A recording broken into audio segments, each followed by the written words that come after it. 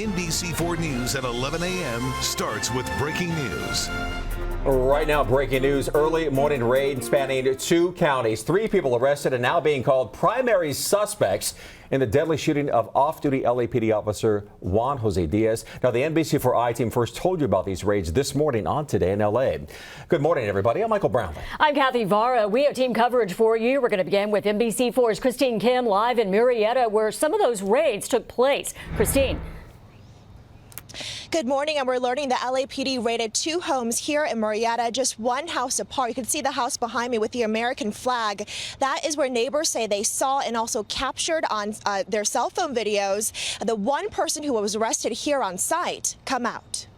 With his arms up and barefoot, a man walks out of the front door of a Murrieta home on Castellane Drive. Neighbors say he was whisked away, and LAPD confirms a man in his 20s was arrested in connection to the killing of off-duty LAPD officer Juan Diaz. At dawn, LAPD officers in unmarked cars, Murrieta police, and armored SWAT trucks swarmed the neighborhood. We had a bunch of unmarked cars come, and then all the SWAT guys came out. They all had their vests on. You had their MP5. Some of them had silencers. I mean, they were staged up, ready to go. A scene startling those living here. It's pretty scary. Lots of guns, lots of SWAT guys. But I started asking, and they said that there was someone really dangerous in that house over there, and they were going to get him. And they do the whole line of where they're, in there, and they're coming down here, and so they raided that house, and they raided another house. According to neighbors, the people who live in the 2 homes that were raided are relatives. It's unclear what their connection is to the man who was arrested, but one neighbor tells us he may be a friend of someone who lives here. We also saw investigators questioning a young man and woman who a detective on site confirms were detained and released. They're such nice kids there. I'm assuming they weren't involved. A neighbor who knows them says she's just shocked to see all this unfold. And as for the man who was arrested here, his alleged connection to the shooting death of Officer Diaz is still unclear, but our NBC4 team and my colleague Tony Shin will be gathering more information and details to bring you throughout the day. That's the very latest from here in Murrieta. I'm Christine Kim, NBC4 News. All right, now to Glassell Park, and NBC4's Tony Ginyard, who's live at the second location where search warrants were served this morning. Tony. Good morning. Yes, several search warrants were served in different areas throughout Southern California. The house that was raided here actually sits behind an apartment complex here on Carlisle Street. The neighbors we spoke with knew about the investigation into the shooting death of the police officer, but did not expect the investigation to wind up on their doorsteps. These are the folks that we believe are responsible for that senseless murder of Juan Diaz.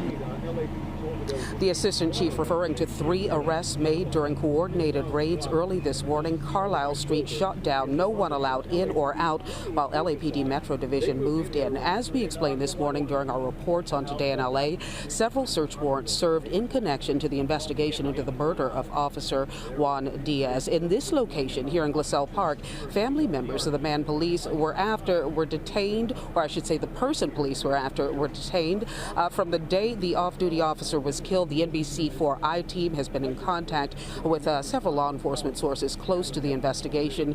We were here shortly after the raid went down. The entire ordeal described as terrifying for residents. One woman agreed to speak with us as long as we did not reveal her identity.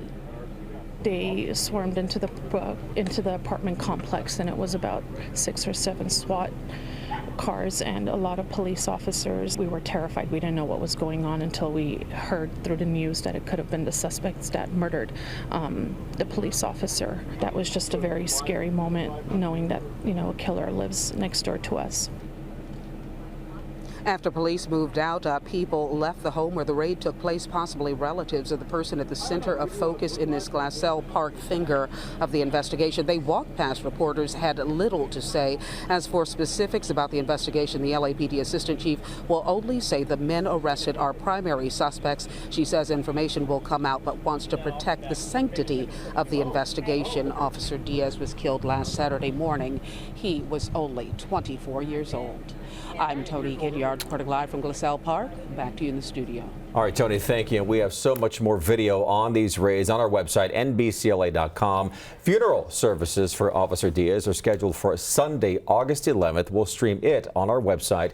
We'll also keep following this story throughout the day on air and online. And breaking news right now happening out of Bellflower. LA County Sheriff's deputies responded to what they are calling a family disturbance. A family member tells us her brother's funeral is today and that her 14-year-old son drank bleach at 4 o'clock this morning and then left. She says she called police to try and help, and for some reason officers then started chasing her son, she says.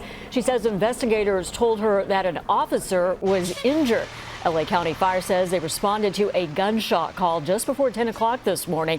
It is still not clear who was hurt or exactly what happened. We're trying to get more details from LA County Sheriff's deputies, and we'll pass them along. And we have new details now. A car slamming into a house in San Bernardino after shooting at an officer. An officer saw people in the two cars shooting at each other near Highland and Sterling Avenues around 1:30 this morning. One of those cars lost control, smashing into the living room of a home on 21st Street. The second car and several people from the crash car got away. Police found a man shot still in the car. He was taken to the hospital and then put into custody. No one in the house was hurt. All right, well, the screeching, the shaking, the unsettled nerves as a semi-truck just barrels through a neighborhood and crashes into this apartment building in Duarte. NBC4's Annette Aldeola spoke with the people who live there as investigators try to track down that driver. Hey there, good morning, guys. Yeah, residents in this apartment complex are feeling very lucky today that no one was injured, even though the truck punched a hole on the side of the building with the giant pieces of debris resting just inches away from their homes. The crash was reported just before 12:30 this morning along the 2500 block of Huntington Drive. According to witnesses, a semi-truck swerved when it sideswiped a green-colored Toyota Camry that was parked along the street. That car practically demolished. Now, at that point, the driver then jumped the curb and plowed into a tree right next to an apartment complex. Some of the metal even ending up wrapped around the tree branches. The impact so powerful that it knocked down a mailbox, smashed a chunk of a garage door, and woke up several residents who were shocked at the aftermath and the fact that the driver had managed to unhook the trailer from the cab and then took off. Pretty much just sleep, giant bang, pop out the Venetian blind, just kind of looking through, and the truck's just like kind of shaking around and then pulls off and popped outside and just torn to pieces. He just kept going back and forth about 6 times, back and forth until he worked the back part of that trailer off. And by the time he took off out this driveway and he headed toward Irwindale. It was a flatbed by the time he got done with that truck. Sheriff's investigators say they have not been able to locate the truck's license plate, so they really don't know who the registered owner is or if it was stolen. And with the driver still on the run, residents here just want to know who's going to be responsible for the cleanup and when is it going to get picked up. In Duarte, Annette Arriola, NBC4 News. An arrest has been made in a deadly two-car crash that left a man dead on Melrose Avenue last night. Police originally said the man killed was riding a bird scooter near the scene, but now they say the victim was actually a pedestrian. One of the cars lost control after the collision and hit him. He was taken to the hospital where he died. One of the drivers arrested. Police are investigating what caused the crash. We are expecting to learn so much more today about 2 young sisters kidnapped in Riverside, found safe more than 400 miles away in Utah. Take a look here. These are new photos of 1-year-old Darla Yonko and her 8-month-old sister Emma.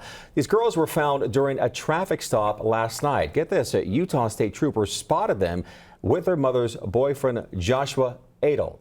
He's accused of kidnapping the sisters on Tuesday after arguing with their mother. Adel was detained along with his parents. And 5 people were taken into custody following a pursuit in Fontana. This all started about midnight when officers got a call of shots fired in the area of Citrus and Jurupa. Authorities spotted the car in question, and that prompted a short pursuit. The driver crashed into a car and then tried to drive away. And that is when they crashed into a police car and were arrested. Those suspects were armed. No one was injured. Well, the woman who took police on a chase from Orange to LA County back on Wednesday is expected in court sometime here today. Oh, look at that. Oh, hit the car. Oh, no. Settling out. Look at that car spin out there. She's jumping into the bushes now. Yeah, that woman there accused of punching speeds at 130 miles per hour has been identified as 21-year-old Cheyenne Tafoya. She crashed, then took off running in her flip-flops after ditching her silver car on the side of the 57 freeway.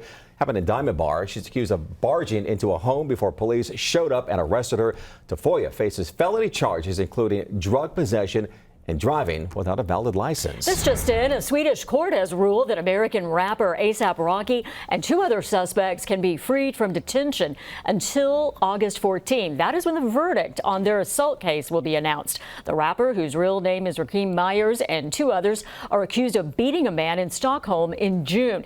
Now, if convicted, he faces up to 2 years in prison. All right, 11:10 here right now, taking a live look from Long Beach. Today will be the hottest day of the week. NBC4 meteorologist Belen De Leon has your current conditions. Hey, Belen. You just want to cannonball into that water out there. It looks so nice. Yeah, the temperatures are already running much warmer than this time yesterday. 7 degrees warmer in San Bernardino, 4 degrees warmer in Van Nuys. Your temperatures for today, sizzling triple digits in Lancaster. We'll have the IE that will be blazing too, even the Santa Clarita Valley. Now, the valleys will have temperatures in the 90s, but right along the coast, we're talking about temperatures in the 70s. Very nice. What's not hot is the air quality. Unfortunately, this sinking air compressing all of that hot air to the surface, and it is causing some problems when it comes to air quality. The coast and the mountains, they're doing good. We're going to give you the thumbs up there. But if you have respiratory problems, careful in the basin, in the valleys, and the Inland Empire, where it's unhealthy for sensitive groups. This dry, hot, and breezy weather